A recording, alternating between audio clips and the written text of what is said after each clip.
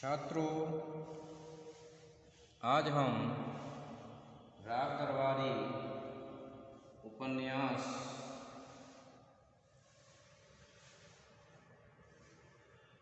के उद्देश्य की चर्चा करेंगे। साहित्यकार की कोई भी रचना निरुद्देश्य नहीं होती है और श्रीलाल शुक्ल जी ने राग दरबारी उपन्यास में कई उद्देश्यों की ओर संकेत किया है। तो आज का हमारा विषय है कि राग दरबारी उपन्यास का उद्देश्य बताइए। यह अत्यंत महत्वपूर्ण प्रश्न है। तो आइए छात्रों, शुरू करते हैं राग दरबारी उपन्यास पर चर्चा।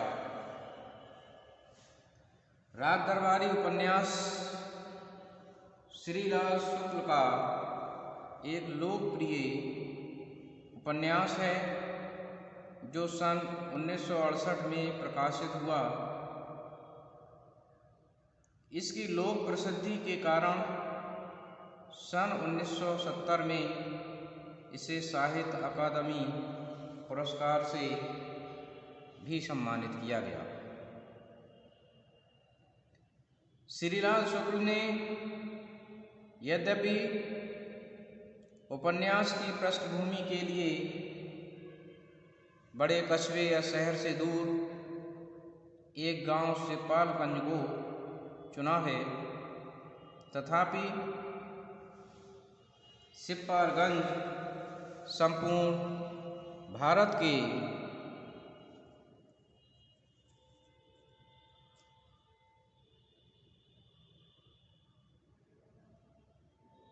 गांवों का प्रतिनिधित्व करता है, क्योंकि पूरे भारतवर्ष में कमोबेश ऐसी ही परिस्थितियां देखी जा सकती हैं। यद्यपि इस उपन्यास में स्वातंत्र्योत्तर परिदृश्य को प्रस्तुत किया गया है, तथापि उसका पिछड़ापन स्वतंत्रता पूर्व की स्थितियों से परिचित कराता है। ये गांव राजनीतिक चालों के तहत बोले गए विकासवादी नारों की कलई खोलकर रख देता है। यह उपन्यास पाठक वर्ग को यह सोचने पर मजबूर कर देता है कि वास्तव में विकास केवल फाइलों में हुआ है, यथार्थ भूमि पर नहीं। उपन्यासकार प्रदूषित खाद्य आवागमन की अव्यवस्था, राजनैतिक विद्रूपता, वर्चस्व की लड़ाई, भ्रष्टाचार,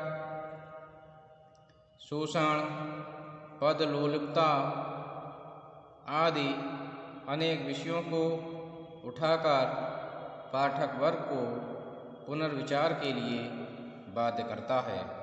यह सोचने पर मजबूर करता है कि वाकई क्या जो स्वप्न स्वतंत्रता पूर्व देखा गया था, क्या वह स्वप्न पूरा हो सका है।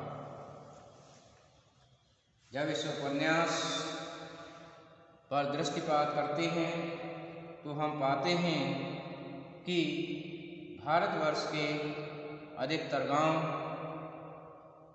अत्यंत पिछड़े हैं और वे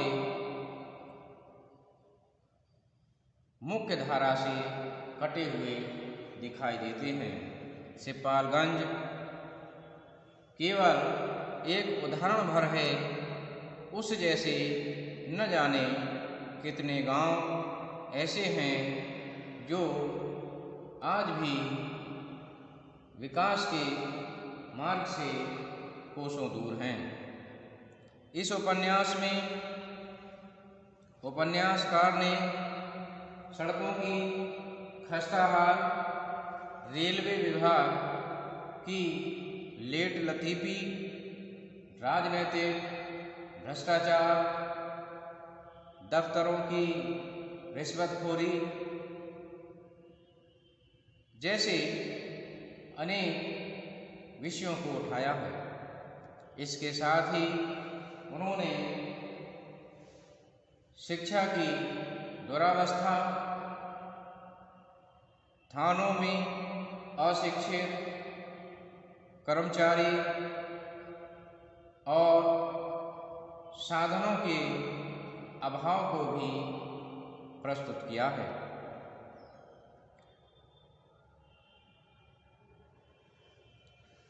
इस उपन्यास के माध्यम से उपन्यासकार ने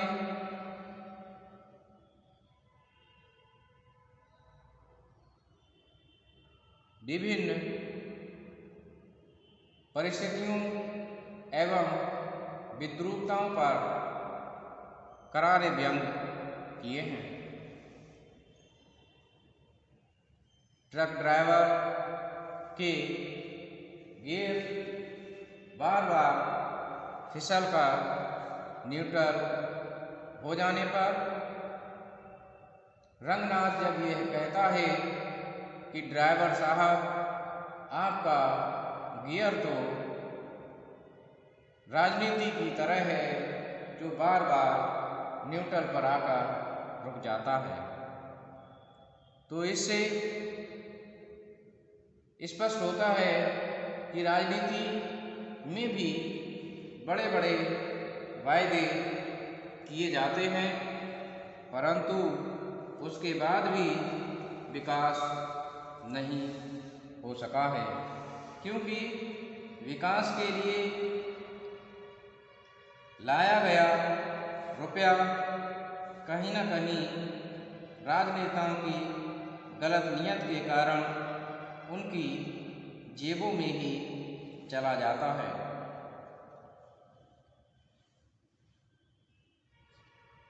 इसके साथ ही उपन्यासकार ने शिक्षा व्यवस्था पर भी करारा व्यंग किया है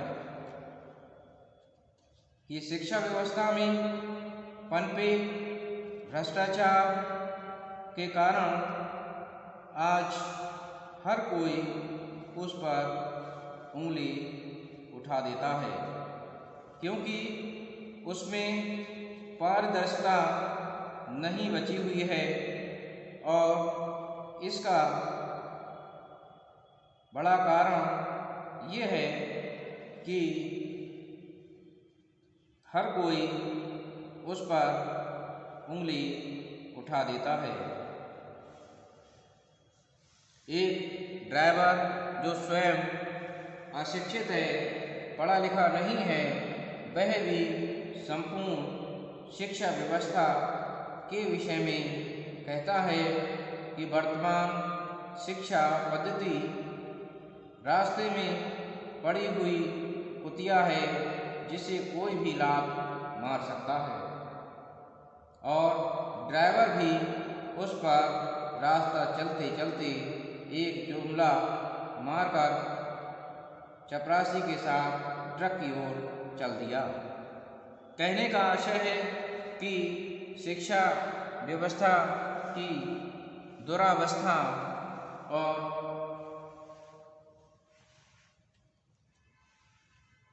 भ्रष्टाचार के कारण आज वह क्षेत्र विश्वसनीय नहीं बचा हुआ है। इसी कारण राह चलते कोई भी उसके विषय में, जो उसे स्वयं उसके बारे में जानकारी नहीं है, वह भी उसके विषय में अपनी बात कह देता है।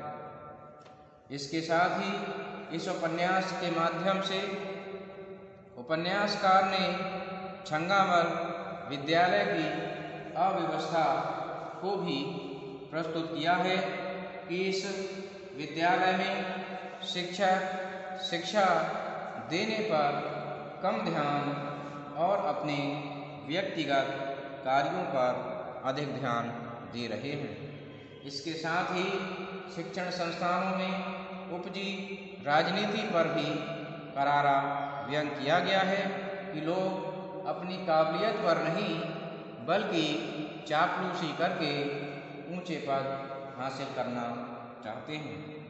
इसके साथ ही उपन्यासकार यह भी बताने की कोशिश करता है कि जिस प्रकार से वैद्य जी लाभ के पदों पर एन केन प्रकारेण साम दाम दंड भेद हर नीति को अपनाकर अपना वर्चस्व कायम करते हैं, उसी प्रकार से राजनेता लोग भी हर प्रकार की नीति को अपनाकर अपना वर्चस्व कायम करते हैं और अपना लाभ प्राप्त करते हैं।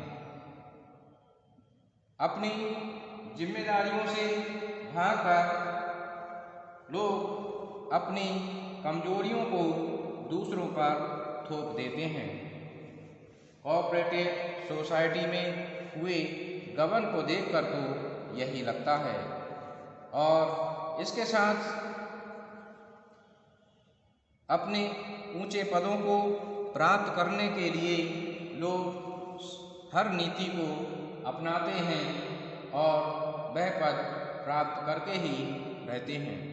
इसके साथ ही लंगड़ के माध्यम से यह बताने का प्रयास किया गया है कि आज के समय में ईमानदार लोग सड़कों की खाक छानते हैं और उनके लिए न्याय प्राप्त नहीं होता है। वे बेचारे बिना न्याय प्राप्त किए ही इस दुनिया से चले जाते हैं। तो इस व्यवस्था की ओर भी उपन्यासकार ने करारा व्यंग किया है कि न्याय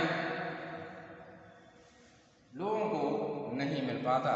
जो लोग रिश्वत देने में असमर्थ होते हैं वे अपने हक की लड़ाई लड़ते लड़ते हार जाते हैं।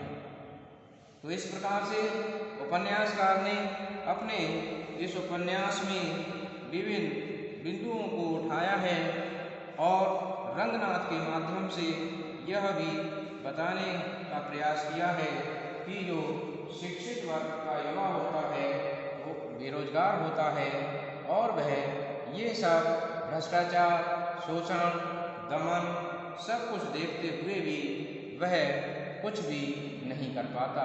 वह केवल एक मूक दर्शक बनकर रह जाता है और इस नीति को देखकर वह उसे घृणा होने लगती है और उसके अंदर की छटपटाहट को रंगनाथ के माध्यम से देखा जा सकता है। तो इस प्रकार से हम देखते हैं कि विभिन्न बिंदुओं को उपन्यासकार ने उठाया है। रुक्मन बाबू के माध्यम से यह बताने का प्रयास किया है कि कुछ लोग पढ़ने पर कम और राजनीति पर ज़्यादा ध्यान देते हैं। जिनके स्वयं के विद्यालय होते हैं वे पढ़ते नहीं बल्कि अपने कॉलेज में अपने संस्थान में जाकर अपनी राजनीति चमकाते हैं, गुंडागिरी करते हैं। तो इस प्रकार से उपन्यासकार ने विभिन्न बिंदुओं को उठाया है और यदि देखा जाए उद्देश्य की दृष्टि से देखा जाए तो श्रीलाल शुक्ल का राज दरबारी उपन्यास बहुउद्देशीय उपन्यास सिद्ध होता है। तो मैं समझता हूँ छात्रों कि आपने इसको समझा होगा। धन्यवाद।